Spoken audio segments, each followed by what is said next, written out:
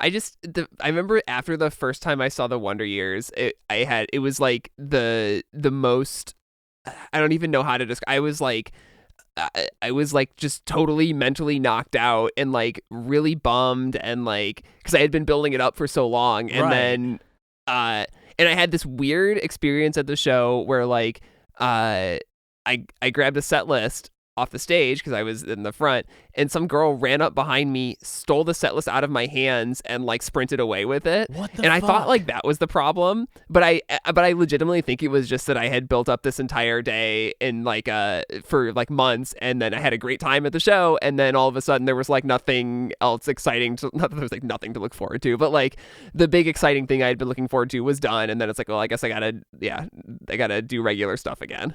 Yeah.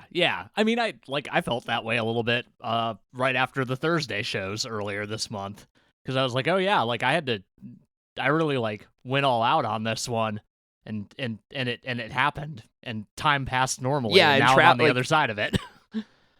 Yeah, and like flying out somewhere, but a bunch of travel probably makes that even more, acute, because it's like it's more stuff than just like, oh, I drove, whatever to see wherever to see a show. Yeah, and I think it kind of reinforces I probably should have like done a trip, because I didn't really feel that way after AFI, like a little bit, but not nearly as much, because like I was hanging out with Jay in LA beforehand, and then we hung out with our friends Kyle and Bree afterwards, and then we got stuck.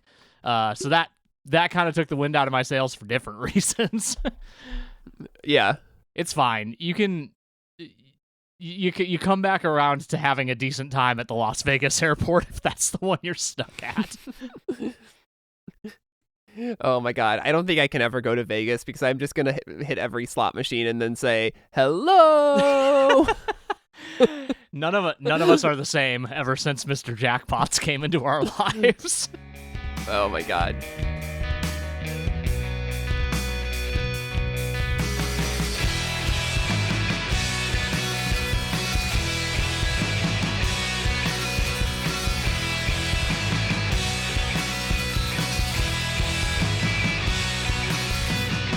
Welcome to Noise Floor, a podcast about music through the lens of our favorite artist discographies. I'm Troy Sennett.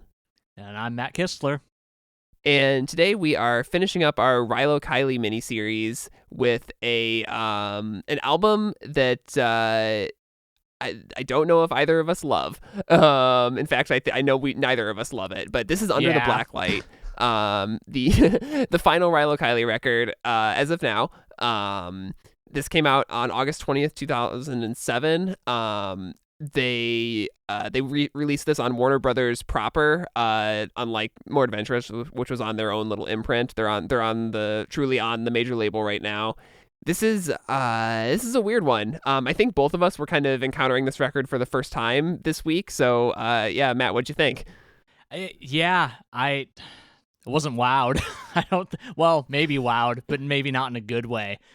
I think I've mentioned this before, but this came out early in my college career.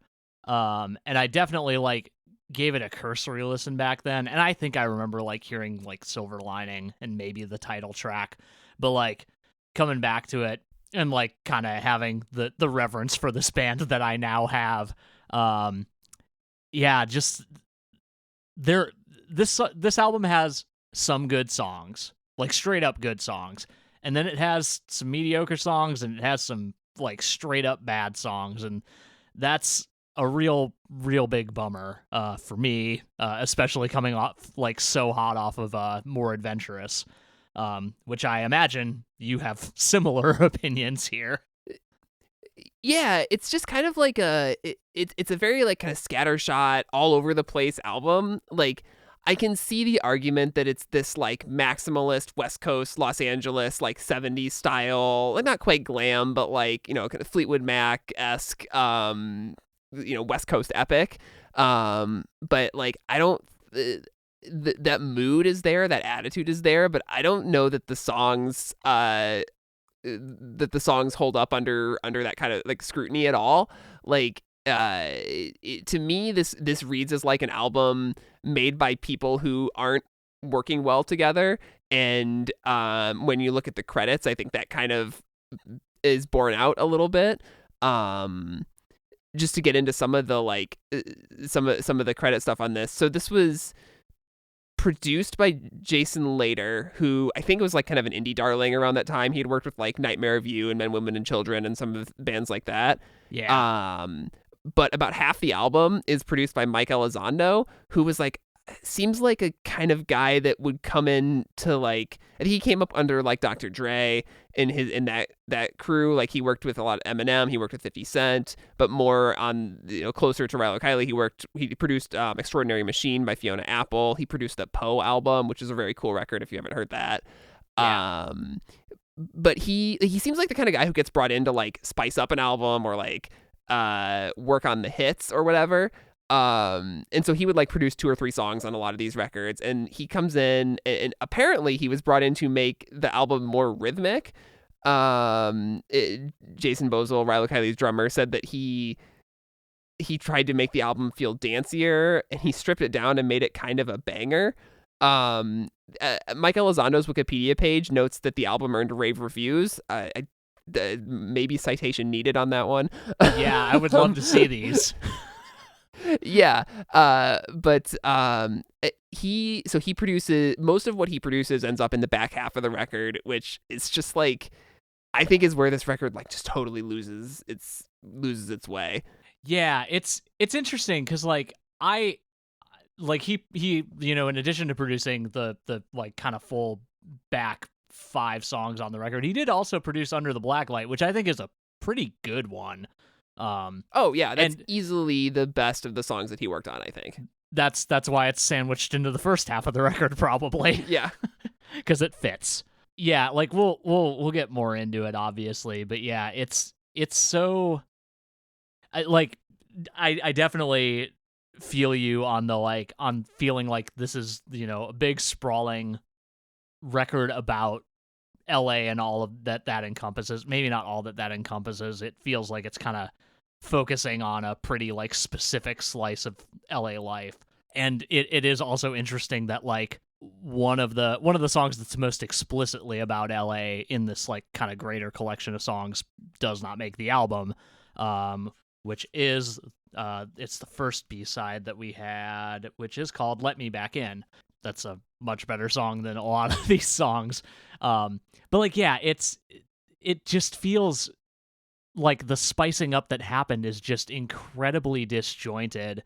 And like, we get to a point in the like back half of the record where I'm like, okay, this kind of feels like a Rilo Kiley song, but everything else is just kind of like, okay, this sounds like somebody came in and remixed a song that Jenny Lewis is singing on, and there are some hints that Blake played guitars on it. But like, other than that, like there's just a lot of this album that just like doesn't even sound like it fits together with itself, except that it is kind of this weird like outlier in the discography. Like the disjointedness is what makes it like part of this collection in a way. Yeah, so there's one other kind of like credit thing that I think is notable about this. On every other Rilo Kiley record, most if not all of the songs are credited to both Blake and Jenny as writers. On this record, no songs are credited to both of them. Blake obviously writes, Dream World, but the rest of the record, if I am correct in what I was reading, is credited to Jenny specifically. And makes me wonder if they just weren't working together as closely or at all on the writing process for this record. Maybe, which is interesting given that like Jenny had a whole solo album come out not but a year before this, like literally like pretty much sandwiched right between More Adventurous and this record, and also and the second Elected record too. Yeah, exactly. And like, and I'll say, Rabbit Fur Coat, better record than this. I have to admit I did not I did not end up listening to either of those other albums, but I absolutely believe you. There's one other song on the record. There's one song on the record that they do have a co-writing credit on, and that's Breaking Up. Oh, hey, one of the best songs on the record. Great, love that. Yep, exactly. I noted that as well. That I think it's the one where the Rilo Kiley magic is like really there. Yeah, totally. I probably should have looked at the writing credits on those B-sides, but I'd be willing to wager that they skew that direction too. Yeah, I didn't either. Or I don't always trust like writing credits on Wikipedia, and I think I mentioned this in the our show notes, but I don't own this album on CD, and the scans are on Discogs are quite low quality. yeah, that's not helpful. But yeah, we should get into the album, unless we're just dreading it too much. No, it's fine. Um, I'm ready. I'm ready to do this. All right. This album starts off with Silver Lining, which is actually like a decently strong start, I think, to this album. I don't know that it has like kind of the depth I'd come to expect from a Rilo Kiley song, but it's got a good groove. It's got like a pretty cool sounding like piano part in it. I mostly like this song. Yeah, no, I think this is a pretty strong opener. Like, it's got, it's got these like kind of the guitars are kind of taking a little bit of a backseat, in a way, but like they still like kind of come through strongly somehow. There's also like we've got those like cool like gospel adjacent backing vocals that kind of come back later in the album too. Sometimes to great effect, sometimes not so much. And like I feel like the feel of this song like kind of shifts a lot over its course in like very interesting and like sometimes subtle, sometimes not so subtle ways. Like I think Silver Lining's a pretty strong opening. Like kind of gave me a lot of hope going in.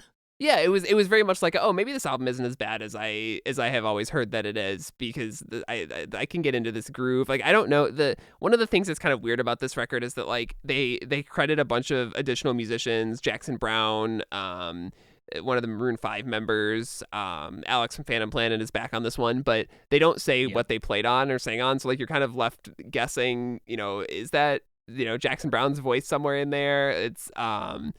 So it's hard to say kind of who had more of an influence on any of these songs. But yeah, good opener, I'd say. It is.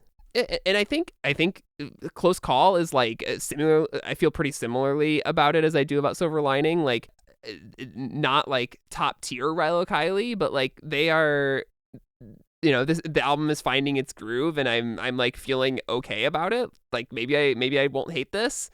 Yeah, I don't know. I'm a lot cooler on Close Call than I was on Silver Lining, and I think that's mostly like it feels like we're kind of doing the classic Rilo Kiley does their take on the like country tradition of storytelling and songs, but like this song doesn't feel like it quite goes the places that other songs that they've done that on do.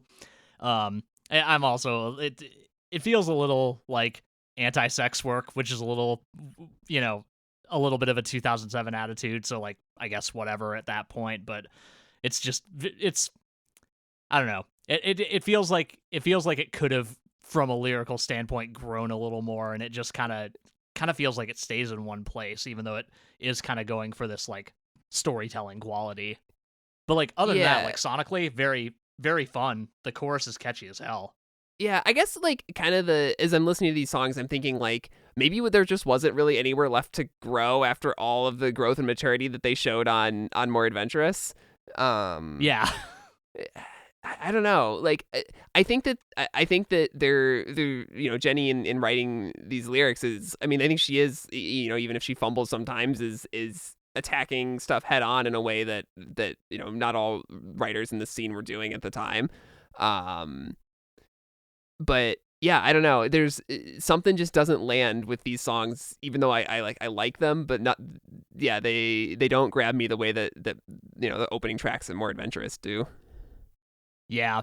I will say the demo of this song that's on the archives demos, really fun. Yes, just like acoustic guitar, voice, and harmonica for reasons. Yeah, like the song is already there at the demo. Like it just works, and I think I agree. It's a little more fun in that version. Yeah, even though like clearly it was like all recorded directly into like the little MacBook mic at the top of the Yeah. screen. You can hear that trademark like kind of whooshy quality that I have had in many demos over the course of my life. Yeah, I like it. So then after that is the first single from the album, The Moneymaker. This is kind of the most like, I don't know, almost like Jack White style guitar riffing that they do. A lot of cool stuff musically going on in this song. Did you watch the music video? I did not watch the music video for this one. Okay, the music video for the song is kind of wild. It's more than a music video. It's a 12-minute long short film that is, as far as I could tell, consists entirely of people interviewing for or sort of auditioning for like a porn movie, but also like talking about why they do porn or want to do porn. And it is kind of a fascinating thing to watch. Also, like the day after I watched Anora. Oh, sure, yeah. Yeah. So just like one of those like, oh, multiple things that I'm watching or reading about or listening to in my life are intersecting in kind of a weird way. Just like this whole like putting sex work front and center. The music, it's a cool music video, and then it's like 10 minutes of interviews, and then the band just plays the song in the studio with all these like actors walking around. It's a not what I expected for the first single of a major label record to have for its music video. Yeah, no, I remember reading about this a little while ago, and that's super cool. Like, this is the kind of, I feel like my overall feeling on this album is like, after an album like more adventurous that is like kind of peak this band's signature sound, like the only way you can go after that is either to make another thing that's more and better than that, or you go and do something weird. And like that's kind of in the realm of like trying something and it like working really well, whereas like some other tracks on this record, I feel like it is, we tried something and it's like, it's not weird in like a cool experimental or like, trying to say something type of way. It just is different for different sake. And like, and like doing a music video like this is the opposite of that. Like, I really love that. I did, my note on this, as opposed to like Jack White riffage, was this sounds kind of like a mid St. Vincent song. Okay, that guitar tone is like very Annie Clark. I'm not super hot on this song. Like it's fun, but like I couldn't like get that out. I'm like, this sounds like it was like a B-side from one of the more recent St. Vincent albums. And like maybe not in a good way. Yeah, but I think I'm with you on that one. I mean, this is the point where like, I don't know. I mean, I try to like listen to a whole album if I'm going to listen to it, but like at this point, I'm just like, maybe it's kind of going off the rails for me.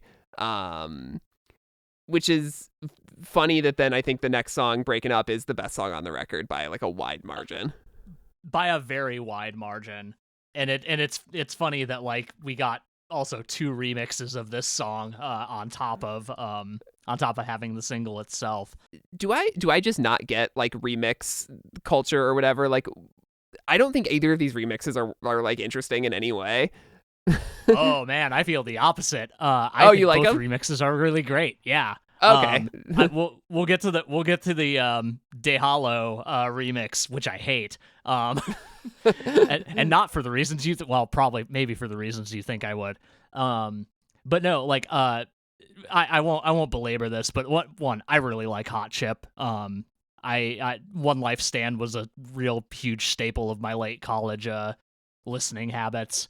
But it both those remixes, the Hot Chip one and the I forget who the other person who did the remix The Loving was. Hand. The Loving Hand. The one of the notes I have on Breaking Up is this is basically a disco song. And parentheses complimentary on that one. I have it written down later. Basically a disco song, parentheses derogatory about a different song.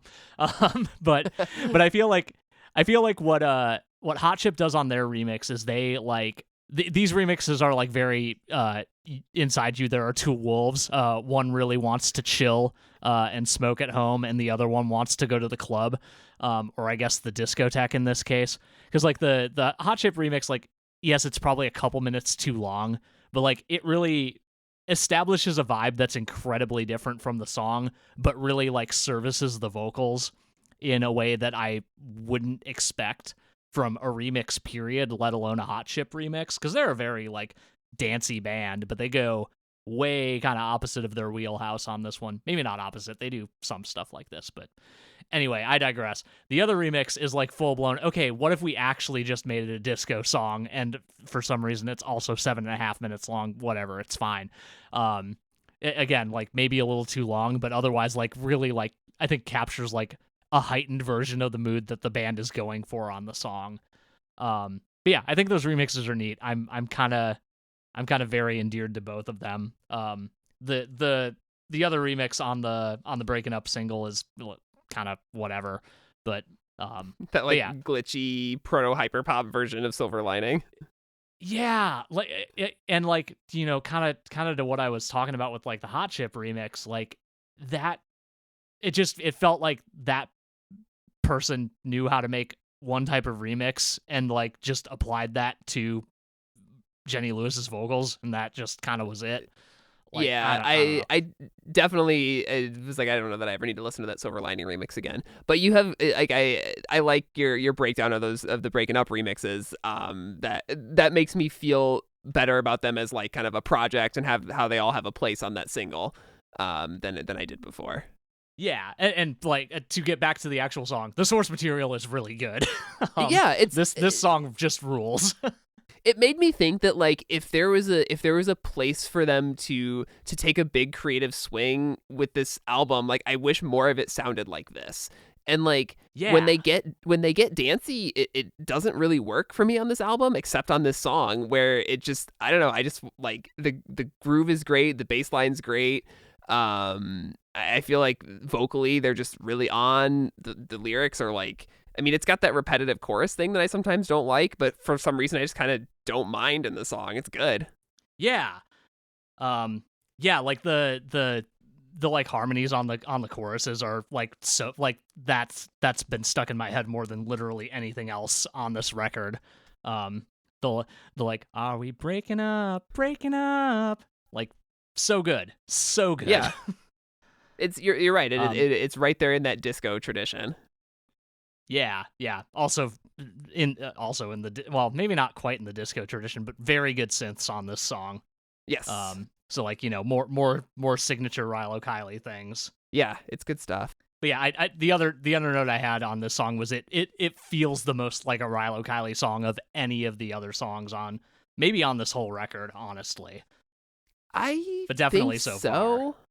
Yeah, I think I could agree with that. Yeah, and so then maybe the other one I honestly might put up for that position is the title track Under the Blacklight. We noted that that this is kind of the only Mike Elizondo produced song that both of us were like really on board with. I don't know, it just feels like a kind of like a classic, and when I say classic, I weirdly mean like the 90s, like kind of radio ballad. It just I don't know, I really like this song and like how it builds. I think Jenny has a great vocal performance on it. Yeah. I'm trying to think of like what I actually want to say about this. Like it does some like really fun stuff. Like there's not really a guitar solo on this song, but we do get like mandolin, which is super rad and not something that they've really had in their their sonic palette before now. Yeah, I don't know. Like it's a really like traditionally structured song, but like it has enough of those like kind of like subtle little, things that get built up over the course of the song that like keep it really interesting. And like, again, like good vocal harmonies in the refrain. Like I don't know. Just this is honestly just a really solid song. And yeah, I think I would also agree that like this is definitely a contender for most Rilo Kiley song on this record. Yeah, it just this feels like if they wanted to keep pushing in the direction that they were going with more adventurous, like if they just let that inertia carry them, this is where they end up. Right.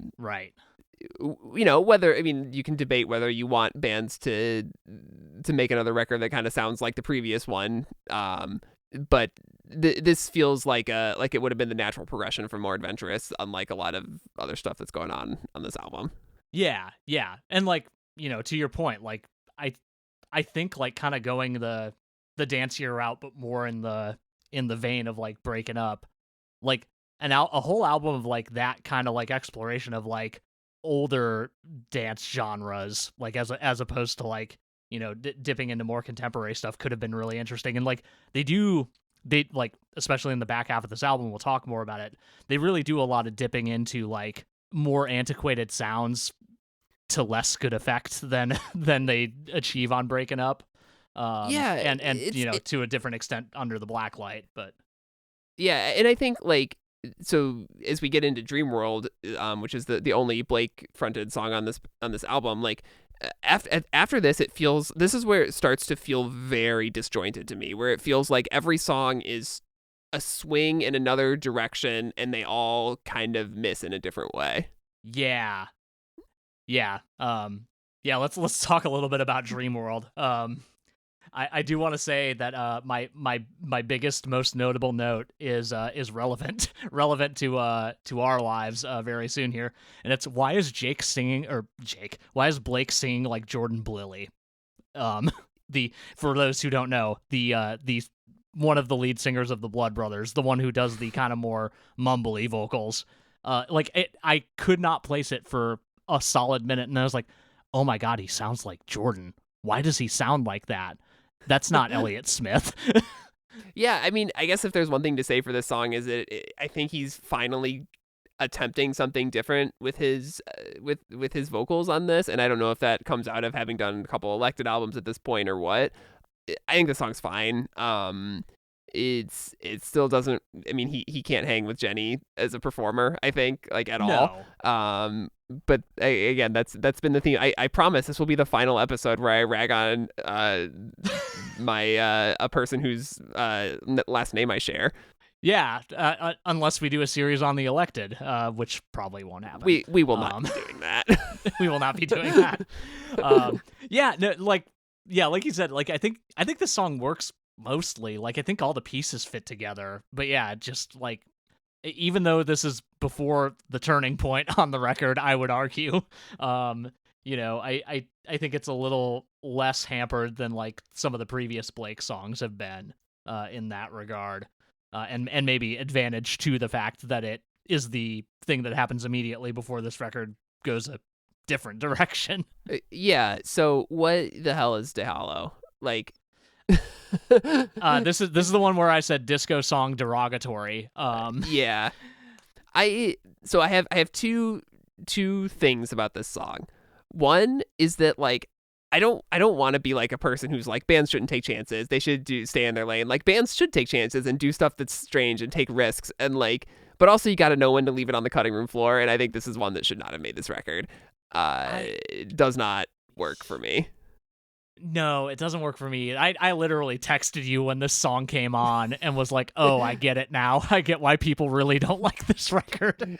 You should post a screenshot of our text conversation in the Instagram post for this episode. I will most assuredly do that. That was great. But like, okay, so the Spanish, like the chorus is the translation is just like leave us alone, right? Like, I honestly wondered if this was supposed to be a shot at Mike Elizondo as a producer or at the label for trying to interfere, or however this like collaboration came about. If this really is like a kind of like a fuck you song to anyone trying to take away their creative freedom. Yeah, maybe. But like if this is what was born out of it, like I don't know, man. Right.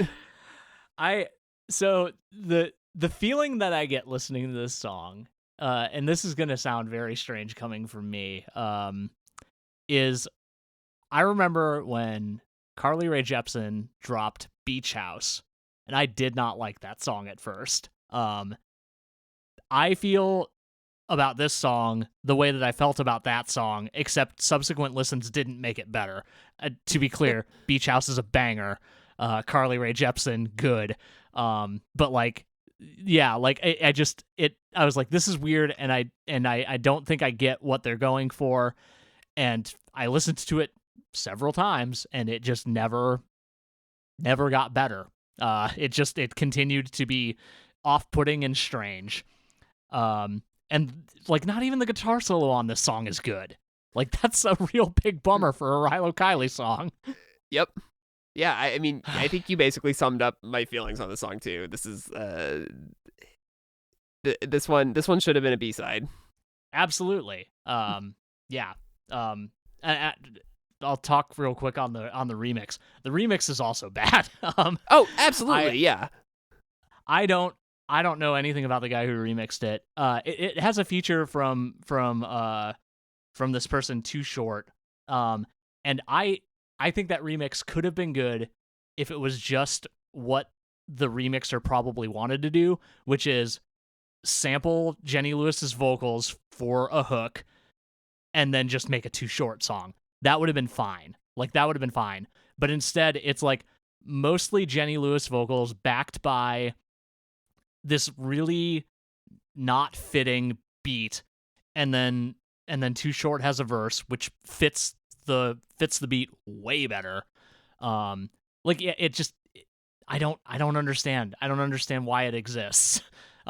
It could have been there's a much better version of this out there where they just went all in on it being a different person's song that just happens to sample Rilo Kiley.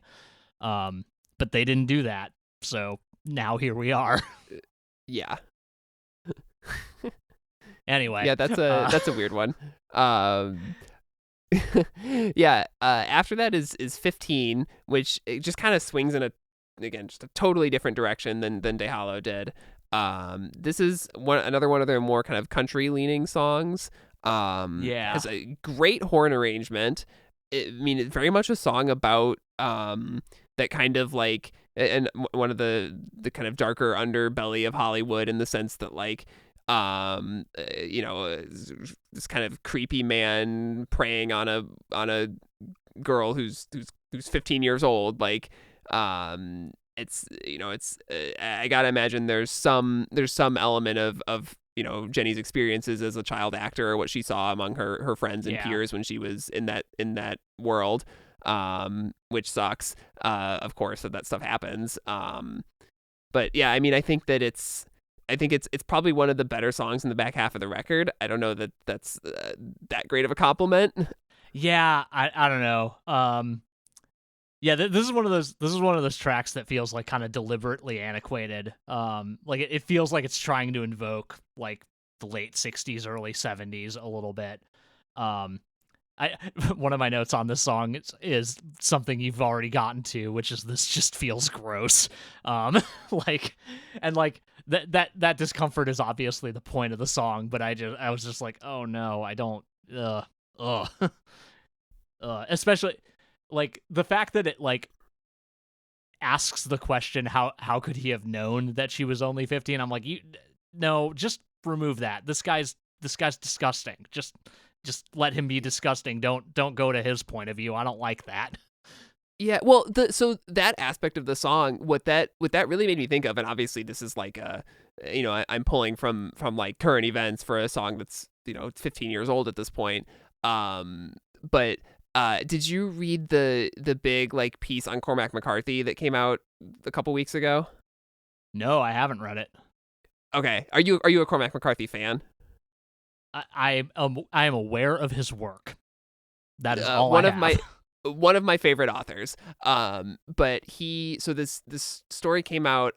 It's a number of weird things about this, but was it a Vanity Fair article? Whatever, some magazine published this article about this woman who he, I guess, had a very long-running affair with, who was also kind of his muse, and he based characters on her and kind of wrote to and for her for a lot of his books. But she was a teenager when they met, and she seems to have like no regrets about this. It's kind of the art, but the article is weird because it is like it is clearly written by someone who basically worships Cormac McCarthy and also is like kind of trying to write like him. But that's kind of beside the point of what I was getting at with this, is that just this idea of like the man in the song I picture as someone who has some kind of power in Hollywood, or kind of power over the because like this story about Cormac McCarthy like starts off as this girl like comes to him with like she's reading his book, and like this is at a time when like hardly anybody was reading his books. And that's kind of how I thought of the two characters in this song, as like a man who has some like, I think maybe the Wired like TV thing got me to thinking about that. Right. Yeah. That was maybe the dynamic of these two characters. Yeah. Interesting. Yeah, I could definitely see that. Especially given the kind of angle that the lyrics are being sung from. One totally unrelated thing that I will say: good theremin on this song. Yeah, all theremin is good theremin, I think. All theremin is good theremin. Everybody go listen to a Clara Rockmore record after this. Yeah.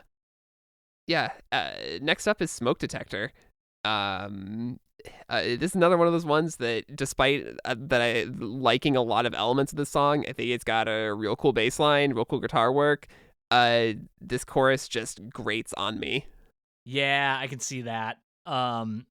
This song this is one of those, like, I think I've talked a bunch about how Jenny Lewis has a knack for writing songs that have like not very many lyrics, like volume wise, but still manages to like say a lot in that space. This song does not get there. It needed more words to flesh itself out, I think. Yeah.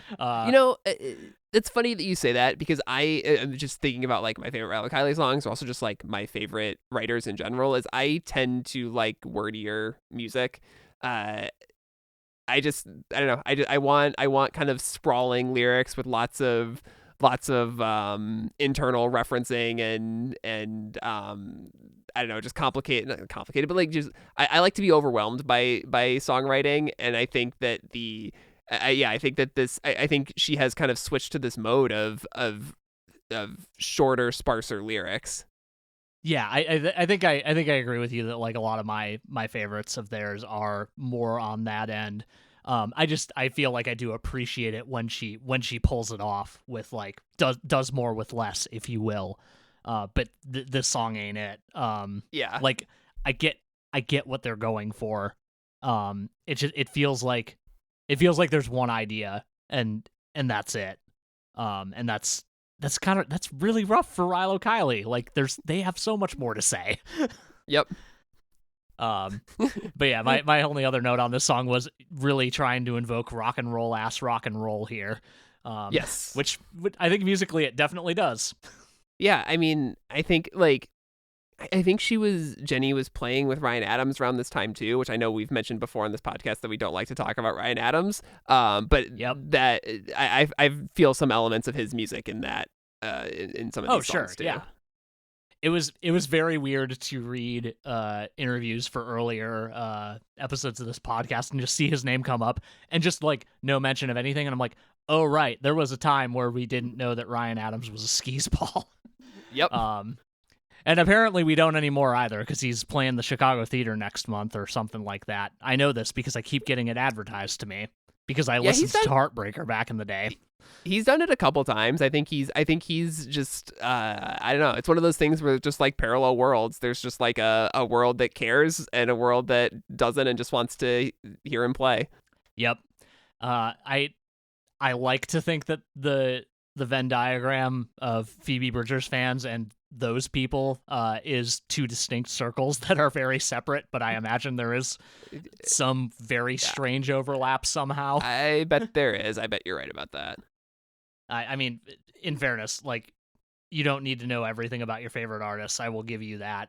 But that said, like, that's the thing about her. So, like, right. If you manage to ignore that, I don't know what to tell you. But yeah, then we've got The Angels Hung Around. Yeah, I actually like this song quite a bit.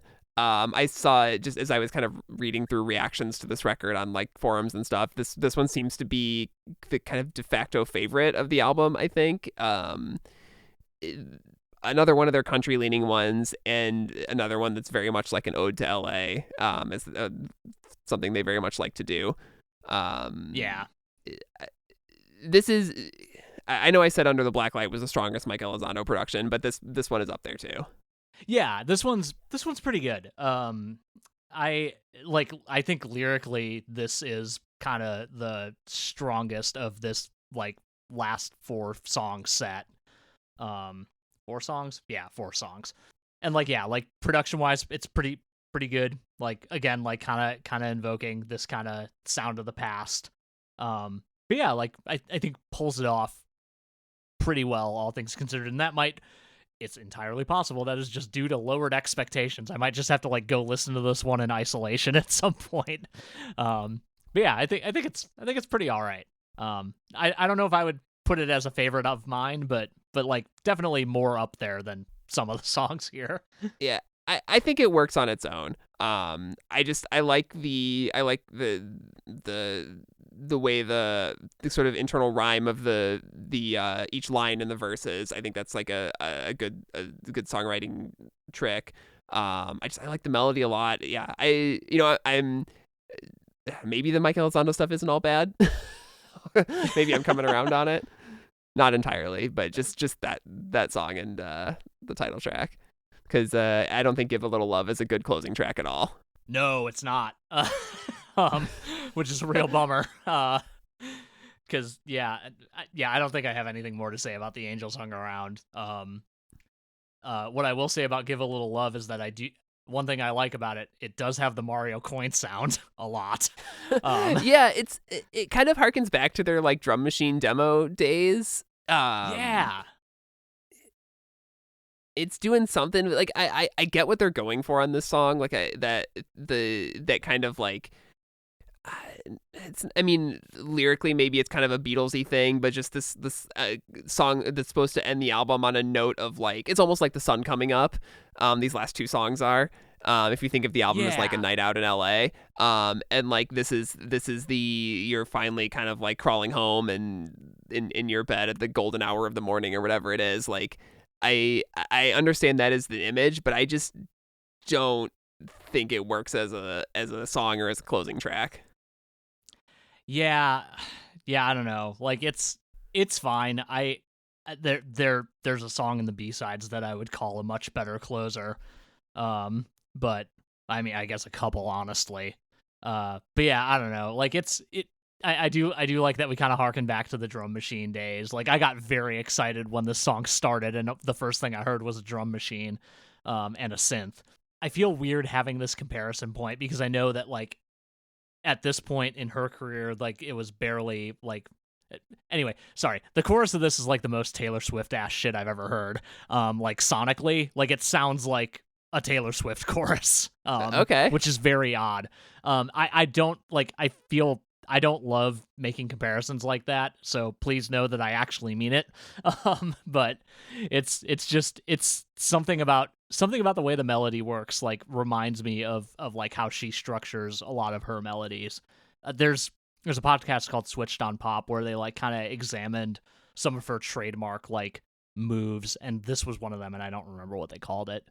But not a bad thing, to be clear. Like it's a very catchy chorus. But yeah, like this song just kind of falls a little flat as a closer, especially on an album where like I feel like they kind of have a lot to prove at this point. You know, if this album had a banger closer, I would feel much better about it as a whole, I think. I think I would too. Just kind of accept the weird slump towards the end. Yeah. Yeah, I think that's exactly right. Like I could, if it all came together really well at the end, it would feel like a stronger album to me. But there's a lot of other stuff. They clearly like they recorded a lot of songs, a lot of demos out of this era. I don't know if we need to hit every single one of them, but there are absolutely some highlights in here. Yes. I really want to talk about "Let Me Back In." Okay, me too. If we may start with that one. Yes. This is the song I was just talking about that would have been a much better closer for this album. It feels like the concluding statement to an album about LA and all of its, you know, seediness and strange happenings and ways it makes you feel about being a human. This just feels like, and here's why I'm still here. Which is a wild like thing to come back around to, but like also like I feel like a lot of people feel this way about their respective cities, is like you see all the bad stuff, you kind of see what it does to you as a person, but like ultimately you come back to it and it's like, well, this is where I am. This feels like where I belong. It's my favorite theme of any any songwriting, novel, movie. I love stories about how people are shaped by the places they live and how they in turn shape those places. It's why the Weaker Thans are my favorite band. Because nobody writes about that better than John K. Samson, but this is right up there. It's about that same idea. Like, yeah, I would, you had mentioned it, wanting to make a playlist about a playlist that kind of fixes this album, and I would love to hear it. And I think, but I really think like ending the album with the 1-2 punch of The Angels Hung Around and then Let Me Back In probably hits really hard. I really think it would. Yeah, I will hopefully by the time people hear this, I will have made this playlist. I'll probably try to do it while the sting of the back half of this album is still fresh. But yeah, like this is unquestionably like a close. It's insane to me that this wasn't on the album, period, but it's even more insane that it wasn't the closer. I would love to talk to whoever made that decision, even if it was Jenny Lewis. I'll tell her it was a bad idea to her face. Yeah. So like I think a lot of what endears me to this track is like it definitely sounds way more like a Rilo Kiley song than almost anything else on this album. But it has like just enough like interesting like new stuff going on. Like there's a tap part in this song. Like that I wondered if it was hand claps, but like as it went on, I'm like, oh no, this is a recording of somebody doing a tap routine, and that's so cool. That's so cool. And like it's so like I know that like that doesn't make a hit, but like neither was Give a Little Love. So like I don't know. I just think that like when I say like, yeah, bands should take chances and they should like, I don't know, this song feels like growth from More Adventurous. It's kind of getting back to what Breaking Up, or I was sorry, not Breaking Up, Under the Blacklight, the title track. Like both of those songs, just they feel like the way that the growth that works for them. And yeah, I'm so curious to see how, like, I wish, I don't think there was like a documentary out there about it or anything, or like how much they've talked about it in interviews, but I want to know how this got away from them, because this one really feels like, I mean, it's what they led Archives with, like it's the single essentially off of Archives, the B-sides collection, so like they know it's good. And yeah, yeah, you're right. It's well, they made a music video on the record, for it, right? Yeah. Yeah. Come on. Yeah, the other song from this era that is, I think, kind of the fan favorite is Pull Me In Tighter. This one, apparently they were playing it live a lot around the time that after More Adventurous came out. It may have even been written closer to More Adventurous than some of these other songs. This one I also think like absolutely could earn a place on the album, if not sonically, at least just quality wise. Yeah, like my big note on this is it kind of does the like, you know, classic rock and roll thing, but I think it does it a lot better than the other songs that are going for that kind of sound. And it's a demo. Like it's there are bits where I'm like, okay, like I feel like this isn't fully baked, but like I think with a little bit of like time and effort, like this could have been an incredible song. I think it's already a great song, and I think it could have been pushed over the edge by just like a tad more production work. Yeah, for sure. It's also, I mean, I wonder if they have some like This song isn't even on Archives proper. It's on like the bonus cassette that like is not available on streaming. Like Yeah. there's a few Rilo Kiley songs like that. I mean, Big Break is the other one from this era. That's I had to find it on YouTube. It's not like out there on in any official capacity. But yeah, it really just seems like they or their team kind of lost the thread of this album, and a lot of the best stuff ended up on the cutting room floor. Yeah. Like you said, I would love like kind of a retrospective on like what happened here. Yeah. And like obviously like us being, God, how many years out now? More, almost close to 20. We're getting close to 20 years out from this record. I'm sure that people would be a lot more willing to be candid about how that process went. So yeah, I would love some more context on this, and it might exist out there, but yeah, I think I really would have loved. I would love to hear a like full studio version of this song. Yeah, and you never know. Like, I mean, we are by all speculation in near the age of the Rilo Kiley reunion. Like, it might even happen by the time that this podcast episode is released. I hope it does. I hope it does so too. Like, maybe as they're doing press for that, they'll kind of talk about what went wrong with this record, and then why they didn't do anything for 15 years, and then why they're deciding to get back together now. Like, I very much look forward to that if it's gonna be happening. Yeah. I will absolutely like take we might be getting a little ahead of ourselves here, but I will absolutely take like just touring, but I would really love to hear more from this band, especially if they're like in a good place collectively, which I would imagine they would have to be at this point. Yeah, I mean, and I think that like their solo endeavors since then have been like so I like the On the Line and Voyager, the Jenny Lewis records, a lot. I thought Joy Y'all was kind of a hit or miss a little bit. Didn't really vibe with everything she was going for there, but it's not like a bad album. Yeah, and I think Blake's stuff has been fine. Like Night Terrors of 1927 is like kind of a cool sounding band. But as always, I'm just his voice is never gonna be like the thing I come for.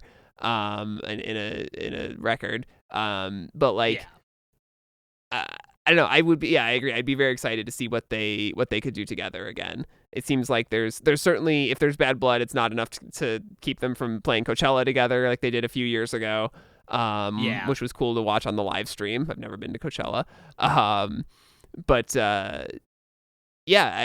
I'm looking forward to hopefully a year of new, or at least semi new Rilo Kiley stuff. Yeah. I'm saying here now, we are willing this to into existence. It's just us. Nobody else did anything to make this happen. So you can thank us later when there's a Rilo Kiley reunion. Thank you. Yes. But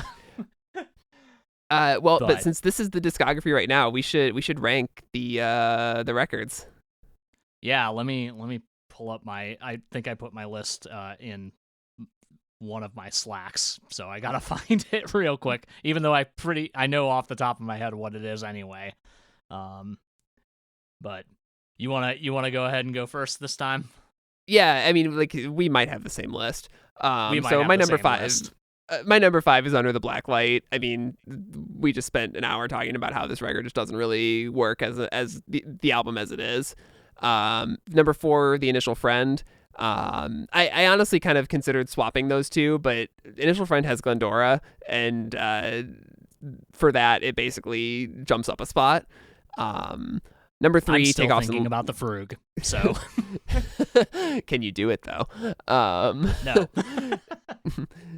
Number 3, Take Off Some Landings. 2, More Adventurous, and 1, of course, is The Execution of All Things. My list is the exact same thing. Okay, cool. We're in agreement. I'm not too surprised that we have the same list. Neither am I.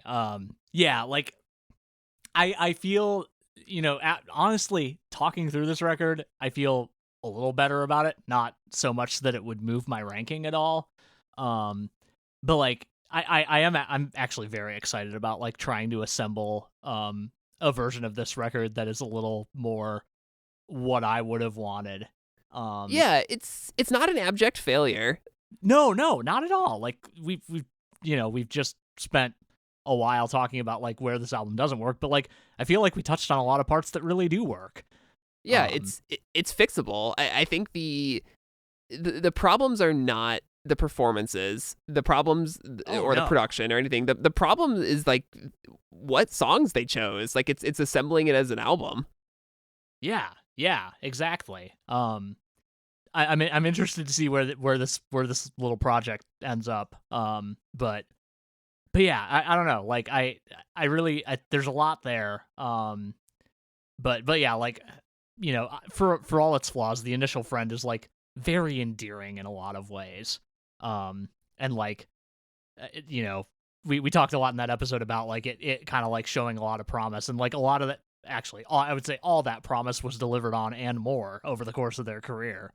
And like honestly, like I could totally see like a situation where I ended up in a situation where it was like this at number 5, but then ascending career wise like through the rest, because like the Execution of All Things is like its own very special thing, but like I really feel great about More Adventurous. Like it's an incredible album, and like on some days I could see myself liking it a little bit more than the Execution of All Things going forward.